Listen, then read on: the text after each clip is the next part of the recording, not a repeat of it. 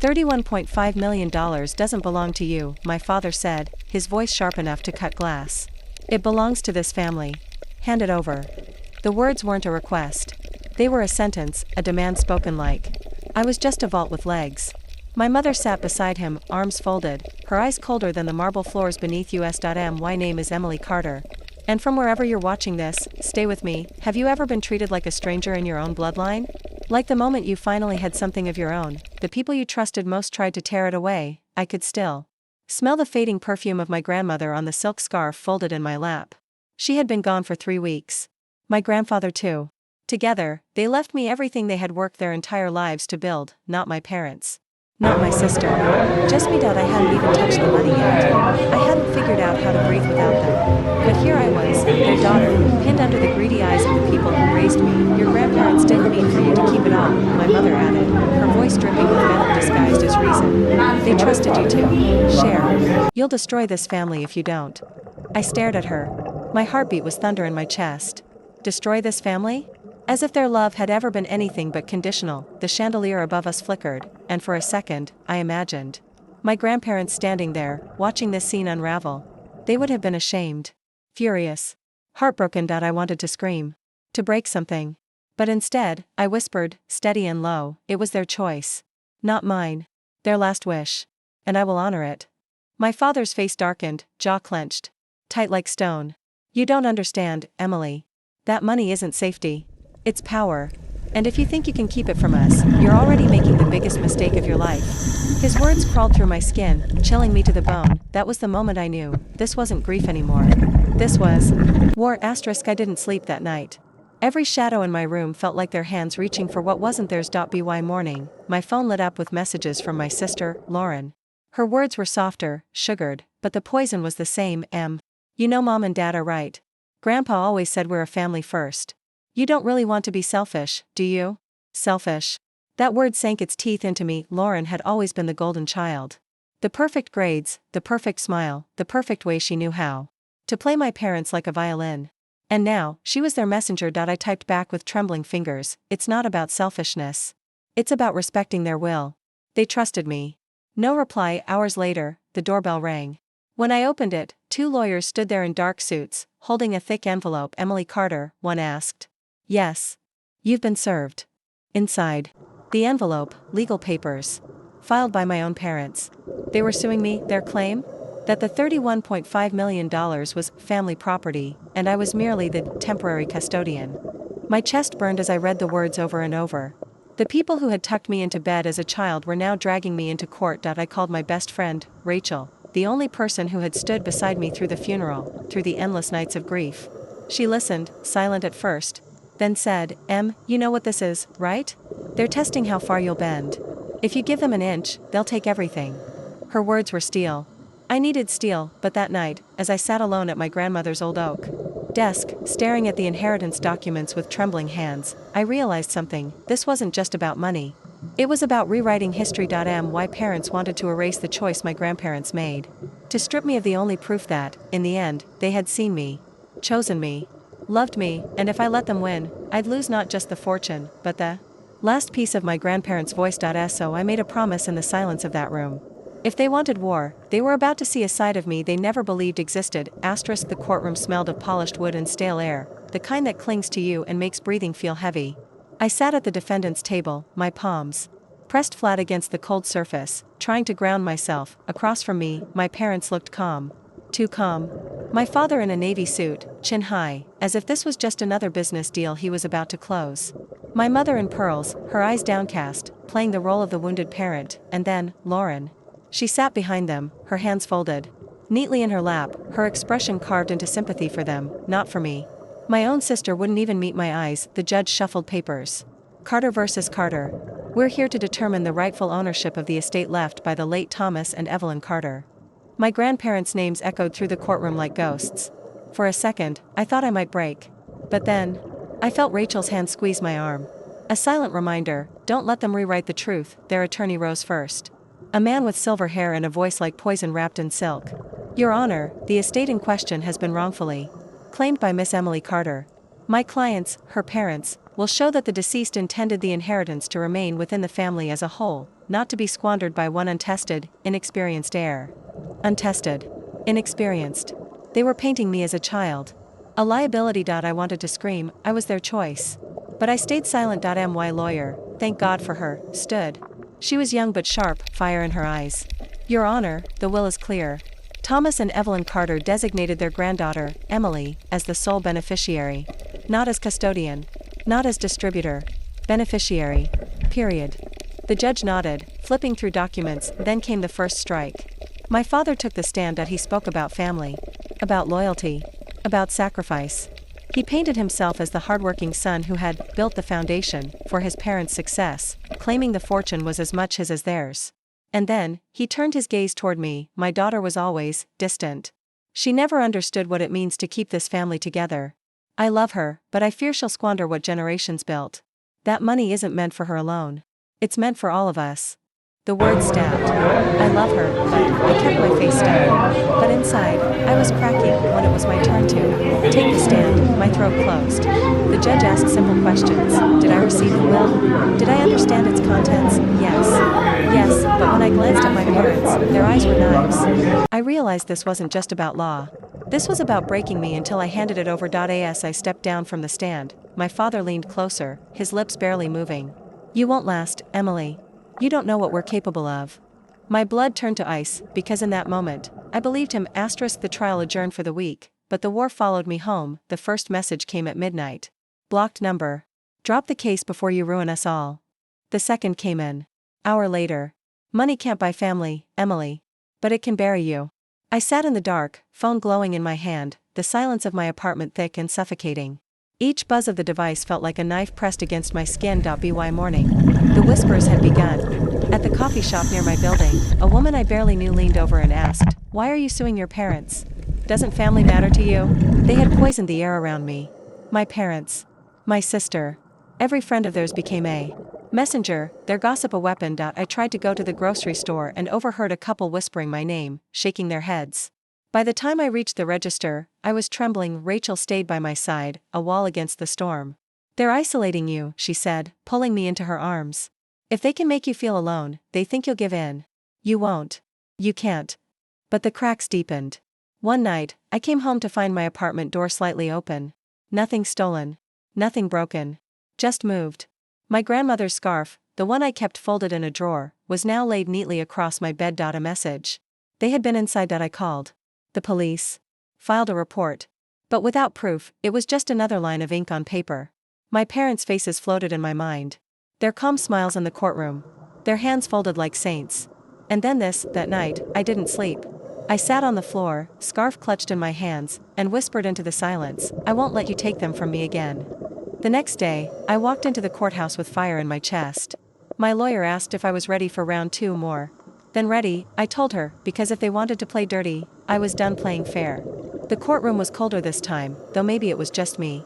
My parents sat in their places, perfectly composed, as if this was simply another family dinner where they would cut me down until I folded, but I didn't fold. Not this time.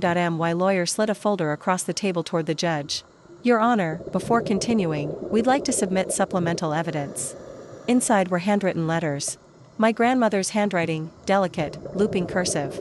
I knew by heart. In them, she spoke directly, Emily has always carried our values. She understands what we built and why. She is our chosen heir, and we trust her judgment completely.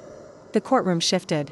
A murmur rippled through the benches. My mother's face paled, her mask cracking for just a second. My father leaned toward their attorney, whispering urgently. For the first time, the power tilted. When I took the stand again, my lawyer asked, Emily, why do you believe your grandparents trusted you with this inheritance? My throat tightened, but I forced the words out, steady and clear. Because I was the only one who listened. I didn't see them as a wallet. I saw them as people. They wanted their legacy respected, not carved up like meat on a table. The judge's eyes narrowed at my parents, then came cross-examination. Their attorney circled me like a vulture. Miss Carter, are you employed? No. Do you have experience managing $31 million? No. Then how do you expect the court to believe you are capable of such responsibility? I met his gaze head-on. Because capability can be learned. Integrity cannot. And I refused to betray the people who trusted me. For a moment, silence swallowed the room. Even the attorney blinked, caught off guard, but my father wasn't finished. He rose again, his voice sharp as ever. Emily, your grandparents were old. Confused. Easily influenced. Isn't it true you spent more time with them in their final years?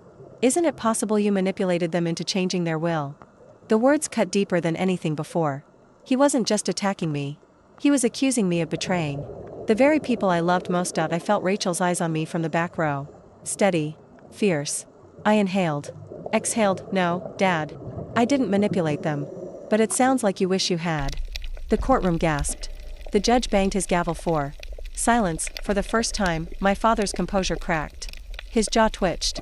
His eyes narrowed, and in that moment, I saw it. Fear, the kind of fear that told me I was closer to breaking their facade than I had ever been. That night, I sat at my grandmother's oak desk again, the letters spread out in front of me.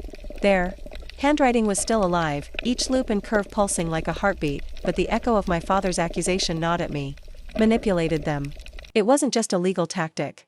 It was his way of rewriting me, turning their trust into my crime, and that's when I realized, if they were willing to burn my name to ash, I had to set fire to theirs. Rachel leaned over my shoulder, scrolling through her laptop. They've built their whole case on the idea of family property. But if we show who they really are, financial records, skeletons in closets, then we turn this from inheritance into exposure. I looked at her. You think they've hidden something? She smirked. Everyone hides something. We started digging. Public records, old lawsuits, property deeds, bankruptcies, and there it was. A trail of quiet debts. Failed investments my father had kept hidden. Loans taken out in secret. Land flipped and sold under shell companies. He wasn't protecting the family fortune. He was drowning, and saw my inheritance as his lifeline. Worse, my mother had signed documents right alongside him. Pearls and perfect posture, masking financial ruin. The hypocrisy burned through me like acid. They had painted me as reckless, untested, while they gambled everything in silence. Rachel leaned back, eyes gleaming. If the court sees this, their credibility crumbles.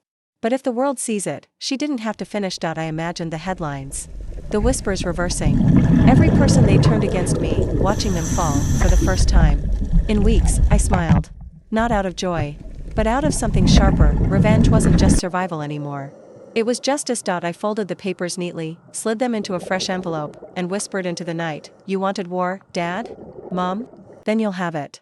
Because the next time we stepped into that courtroom, I wouldn't just be defending myself. I'd be burying them. The courtroom buzzed like a hive that morning. Reporters lined the back benches, their pens ready, their eyes sharp. My parents had invited them, of course.